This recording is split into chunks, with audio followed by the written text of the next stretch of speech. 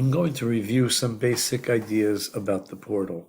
Number one, obviously we go to portals.veracross.com/YOF/faculty.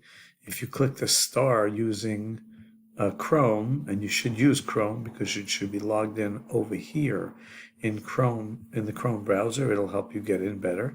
And if you click the star, it'll make a little bookmark. You'll be able to go there easier. Every day we take attendance. We click here when it's red. If it's green, it means you took attendance already. On every class, under all classes, if I click on the class name, I get the students. I click on a student, I could find out their parents' email. I could right-click on the parents' email, choose copy email address, and then paste it into a regular email. I can do that for both parents, and then I could just compose and put together an email to the parents. When we click on this again, we also can see where the student is right now. After school, so it doesn't tell us what room they're in, but during school it'll tell you not only what room they're in, but how many more minutes they're going to be in that room. And if they're at the nurse and they signed in, it'll tell you that as well. You can click here to view their schedule as well on any student that you teach.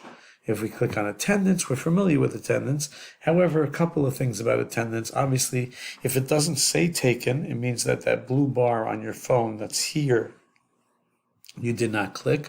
The blue bar on a regular computer is usually here.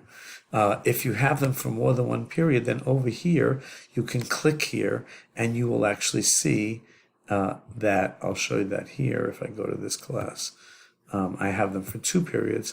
I can take attendance 7th and 8th period, and what appears here will not be the same. If I mark this kid tardy, they won't be tardy in the 8th period. It'll still say taken, but you have to take attendance again. If you make a mistake in attendance, then that whole day you can go back and correct it.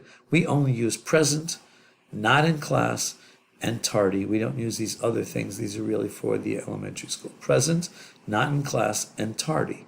If it says absent here, and it would be red, circle here, and it would say absent, not excused, or something like that, don't touch it unless the student is in class. Then obviously you should mark them present. But if it says absent, then they're not going to be in your class because they're absent for the day. In the gradebook, I can already enter grades. All I do is click on right here, add assignments. I have to give it a description. Let's say I call it quiz 2, let's say, and then I have to give it an assignment type. I must give it an assignment type. This is actually a sticky point. If you're making assignments in Google Classroom and it doesn't give it an assignment type, the students will not see the grades. It has to have an assignment type, and it has to have a due date and a start date, but a due date is very important. If it comes in from Google Classroom, it often doesn't have a due date, and the students will not see it. I'll be posting that a little later. You must click displayed over here, change this to displayed in order to enter the grades. And I believe that after we do that, if you save assignment now at the bottom here, I believe that you will be able to, let's make it not displayed. Sorry, we'll close this. And I believe even if it's not displayed, I was told, nope, not true yet, but we're working on that. It has to be displayed in order to enter grades. I can give this kid a 90, I can give this kid 100, and if this kid didn't take it, I could just skip them and they will get a 0. And it'll be counted as a 0. If I want it to appear as 0, then click complete and then give them a 0, and then the 0 will appear. The other option is I could just click incomplete, and then they'll also be counted as a 0, but it'll appear like this.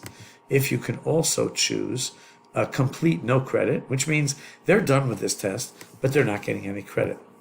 And then it'll appear like this, no credit.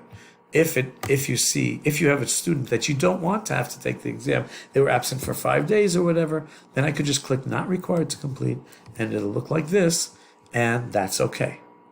If I want to go back, I can also, incidentally, I would just click on, when I hover over the top of the column, I see the pencil, I click on the pencil. I can now actually update all the grades and make them all complete This way, when I go to a student, I could just give them a 0, and that's fine. I can also give them all 100, and then I click update, and they all get 100. Okay, I don't know why I would want to do that unless they all got 100. That would be a good idea. I'm going to delete this assignment now by just clicking at the bottom here, delete assignment, right here at the bottom right. It says, oh, do you want to do that? And I say yes. So that assignment's gone now. As I do assignments, I'm going to be in the Scores tab in the Gradebook. When we give in grades and report card, we're going to be using this tab, not for now. In the Gradebook, there's Score tab and there's the Weighting tab. That's where we put in how much everything's going to be worth. So if I want classwork to be 20%, I see over here I didn't reach 100% yet. If I want homework to be 10%, I could put that here. I don't want that. But I want quizzes to be 30% because I have a lot of quizzes. I want tests to be, let's say, 20%. Let's just make, for now, until November, I'll make quizzes 30%, tests 30%, and classwork 20%. That's work that they do in class. And then I still have another 20%. I'll do class participation. Now I have 100%. I could change this after November, and nothing will really change. The average will obviously change. But as I put in assignments, it's going to tell me how many assignments and how many total points they are. I don't really see the relevance of this column of total points, but it's going to tell you how many total points I have so far vis-a-vis the assignments. One more thing that there's first semester here and second semester here. It's a separate weighting thing. I'm going to go back to Scores. That's where my thing is. I forgot to show you that in Add Assignment, I do have to have a start date. I do have to have a due date. I do have to have an assignment time. And I can also change, if I have a small quiz with only 3 questions, I can make this 3. And another quiz will have 8 questions, I can make this 8. I could play with the weights for each individual assignment. I'm not a big fan of doing that. But if you want, if one set of quizzes has 9 points, you may want to make that 100 a weight, whereas a 3-point quiz, you might want to make that 33 in the weight, and then it'll be worth a third of the one that had 9. But I don't like that. I think that's just confusing. And if you do too, then just leave that alone. In the portal, this is like the home button. So even though I'm in my Gradebook, if I click up here, I go back to my main screen. I announced to the high school just this evening that we have 2 new buttons. The advisor dashboard is not for your average teacher. It's just for grade advisors. But student demographics, if I click on that, I get all my students and who their parents are, what their emails are.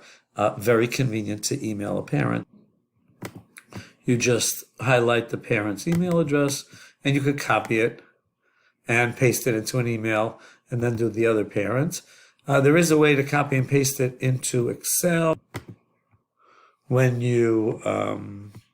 we have that a little bit more ironed out, we'll send you instructions. If you click on My Assignment Grades, you'll see all of your students' assignments. I'm not going to post right now in front of you all my students' assignments. I don't think that's appropriate. But just click on this button, and you'll see all your students' assignments. I believe that it's ordered by class, and that's very convenient to have. And you can copy and paste that to Excel as well. We're working on exactly how to write the instructions for that. That's about it for now. Thank you. If you have any questions, you can email me or Seth at bkramer@flatbush.org or sdimbert@flatbush.org or sdimbert_te, I believe, at flatbush.org. Thank you.